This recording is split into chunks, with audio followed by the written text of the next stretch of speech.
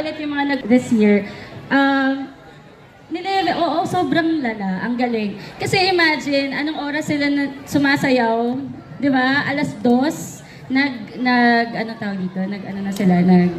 Street dance na sila in front of us earlier. And then, nakikita nyo naman, sa court sila sumayaw. So guys, hindi mahirap sumayaw sa ganitong platform. Sobrang hirap niyan. And yeah, kudos to all the dancers. Alam kong ilang buwan nyo itong pinag-isipan, ni-rehearse. And as a dancer myself, sobrang hirap talagang mag-rehearse sa sobrang dami nyo pang ginagawa. I know, madaming mga bata dyan, estudyante pa, diba? So imagine kung gano'n sila kagaling na pagsasabay nila yung pag-aaral, tapos sumasayaw pa sila, right?